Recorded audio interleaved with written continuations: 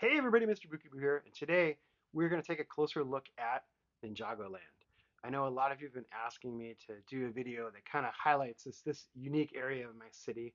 It's kind of like a showpiece. It's right in the front, right when you walk in the room. It's like one of the first things that you notice is this whole NinjagoLand right in the front. So what I'm going to do is I'm just going to kind of walk you through the different layers and levels and some of the little details and stuff that I've put in here. And hopefully you'll enjoy this journey with me. So let's take a closer look. All right, so starting off here, the first thing you're going to notice is right here on the side over here. And this actually was an idea that I had once I'd put this small bookcase. This is just an IKEA best of bookcase, really simple thing. And I kind of I wanted to gain a little more space here because my table edge, as you can see, had ended right here. And so I felt like I had enough room to add a little bit more to the front here, but I didn't want to extend necessarily the table because I'd already cut the tables. I didn't want to add anything. And I also wanted a little bit more storage space underneath. And so I put this little bookcase. But the problem is that it, of course, wasn't the same width as the table. Now, why IKEA doesn't make stuff all the same width, I have no idea. But that's okay because I ended up doing this nice little mountain facade. And this is actually cool because it actually goes all the way down to the floor and it goes all the way up to this main level for the Ninjago land. So it's kind of a neat little effect. It just kind of finishes off that corner neatly, and it's just one of the fun things that I did in this area. Now, this lower area here, this is actually mostly encompassed with the Temple of Air-Jitsu. There's a few other little like, details and things that I've added, notably the stairs, and then of course the mountain facade behind that, which you can see here, which includes some waterfalls, just a lot of foliage. I just wanted this area to really kind of be like its own little area because the Temple of Air-Jitsu I think is one of the most awesome Ninjago sets.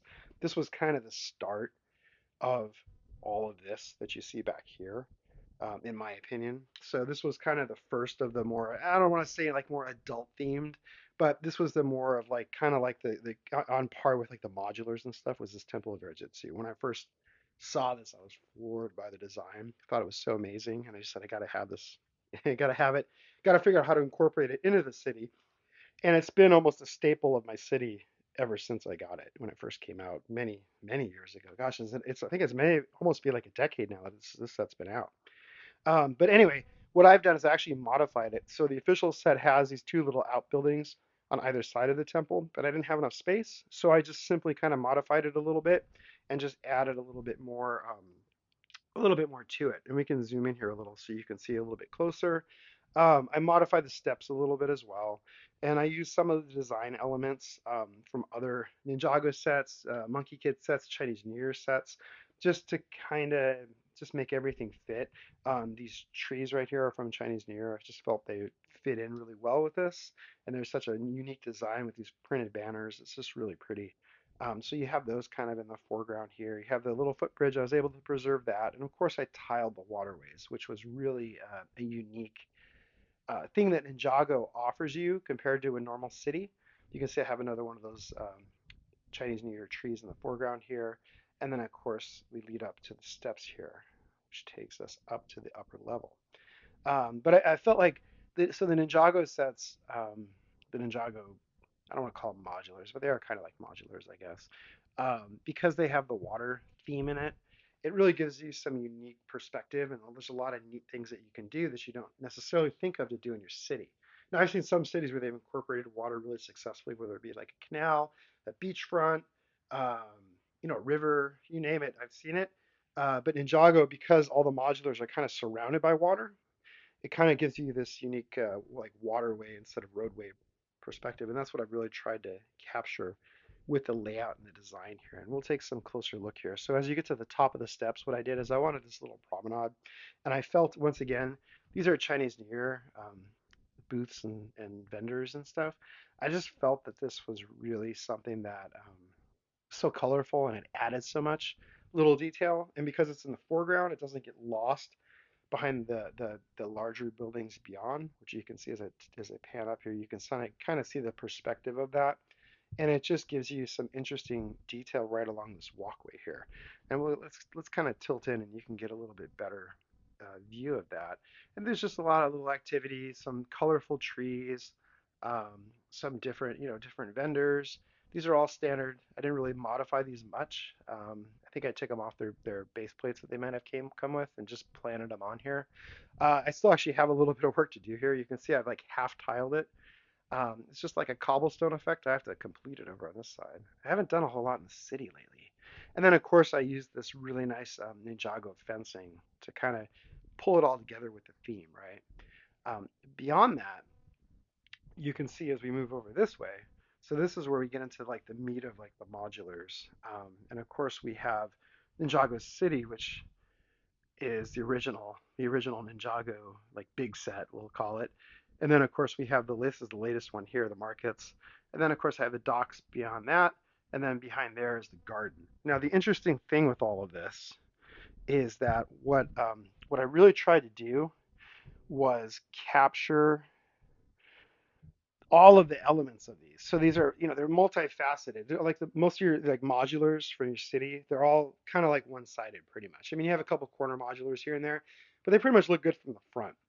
These Ninjago sets look good from all angles, really. I mean, there's a couple sides that are a little like you can see right here in the market, that's a little iffy. It's like it wasn't really intended maybe to be on display, or it might have been intended to be pushed against another Ninjago set. But from all different angles, these sets look incredible and they look amazing. And so it's really challenging to figure out like how you want it to look so that you can see all the detail, right?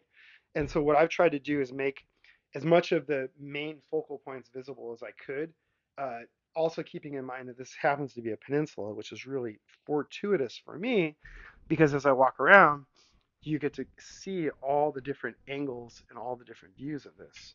And so when you're building your city in general, or if you're just working in Ninjago especially, keep that in mind because like this Ninjago city set looks fantastic from at least these two sides, and even the back side looks pretty darn good. And then as we move around here, you can see the garden kind of once again it's kind of hidden a little bit and kind of not as stylish as it might be from this perspective. But if we go around again this way, you really get to kind of see it come into its own. You can see the tree there. You can see a whole lot of it, and it really looks good as you kind of circle around here and get this perspective. Now it's not ideal because again you're looking back as you're kind of in the U of my viewing point for the layout here, but it does give you some visual interest as you look back instead of just seeing, maybe like the ugly backside of some of these buildings here. And yes, the Lego room is a mess right now. Christmas was a little nuts. It got a lot of cool sets, and so I'm kind of like tripping over stuff as I'm moving around and maneuvering in here. Um, anyway, let's zoom in a little bit more, and again, we can take a look at how some of these other areas of the NinjagoLand are set up. So again, lots of waterways, and so I capitalized on that, and I've been building little miniature boats. Some of these are official, some of these are my own design, just to kind of fill in the canal. And so this actually is just extra canal width that I've put in. So this is just base plate with some tiling on top of it. It's really basic, but it just extends the canal a little bit, so you get a little bit more of a waterway. It's super narrow. It doesn't really fit my usual form of sticking with 32/16 base plate sizes, but I had a little bit of wiggle room in this area, and that's what I decided to kind of capitalize on was um, to maximize because the boats are actually only 4 wide, so I could felt like I could shrink this down without losing too much. And that waterway goes all the way the width here, and then of course it pops in, so it cuts in here. It actually will continue over here, and you can actually see where it's kind of still a work in progress in this area. This is a perfect example of the type of plates that I build. So it's just a base plate with a plate and then some trans blue tiles on top to make the waterways. The docks, again, I wanted the division here was to put a little bit of a space so that the docks weren't right next to the markets, just to give you a waterway. And the same thing, even as you go over here, you would have a little bit of a waterway between the temple of the ultimate weapon and the docks. And then this is a great example of something that I did. So this piece here, I built this custom for the docks. And so the docks used to be flipped, and this used to actually fit perfectly right up against the docks as it was mirrored or reversed. But because this actually flipped the docks, now it's actually this way, so I have to rebuild it to make it go the other way. That's why I actually have it like this. So it's just a reminder to me, hey, MrBookieboo, you got to rebuild this so that this piece goes that way instead of the other way. And it just kind of completes this and finishes it off. So there's all kinds of little tricks and things that you can do like that. And then, of course, let's spin around over here to the other side because I want to show you a better look at the gardens, but then also beyond that. So this right here is another facade. This is one of the original Chinese New Year sets that came out. I really like the design. It was originally like, I believe it was only a single story building, and it was a lot bigger, but I decided to shrink it down and to just build it into the side of the wall here. And it just gives you, again, another a simple, nice little facade that kind of pulls together, this half of Ninjago land, which you see all over here, as it flows into the city. And then, of course, we have this upper level for the city that I built. We have the grocer. That little building next to it, this was a Creator 3-in-1 from a couple of years back, and I just kind of modified it and just took off the part that I liked. And then, of course, we have the noodle shop at the end, which kind of pulls everything together as we transition back into the city. So that is really it for NinjagoLand. We'll just take a look. These are all the detail that you see as the sets come. So if you're fortunate enough to have these or pick these up, I highly recommend it. The Ninjago sets are fantastic. They do fit well into the city, as you can see, especially if you district it out. So in my case, with my city, we have Ninjago Land kind of as its own element, and then the main city beyond that. It really adds a splash of color that you don't see with the traditional. The main city is more of like your muted natural earth tones for the most part. But the Ninjago Land with all the bright colors and stuff really pops, and it really gives you a different, it's just a whole different feel of the main city. And you can, in fact, make it work. I feel like this works. I feel like it's pretty functional. People love it when they see it in person. The colors just really pop. And of course, again, we'll go over here just one more time so you can see how it all kind of transitions. And Ninjago Land, and then we transition to more traditional looking buildings, but still with a kind of a Ninjago flair to it. And of course, we have this, the gateway to the with the trains. That was just a fun thing that I had in my old layout that I wanted to pull that out and rebuild. It's kind of just like a wall effect here. And then, of course, it just kind of leads into the main part of the city. So I hope you enjoyed this little tour of Ninjago Land. Let me know what you think. Let me know what your guys' opinions and thoughts are on Ninjago Land in a city. I know a lot of people, you don't necessarily see it all the time. You don't necessarily see this where it's all kind of combined into one. But again, for me, I feel like it works. It looks good. And I just love these sets. It adds so much vibrance to the layout, and so it's a pretty cool thing to have. So, thanks for watching. Make sure you're subscribed, and I will be back soon with more awesome Lego content. Take care. Bye.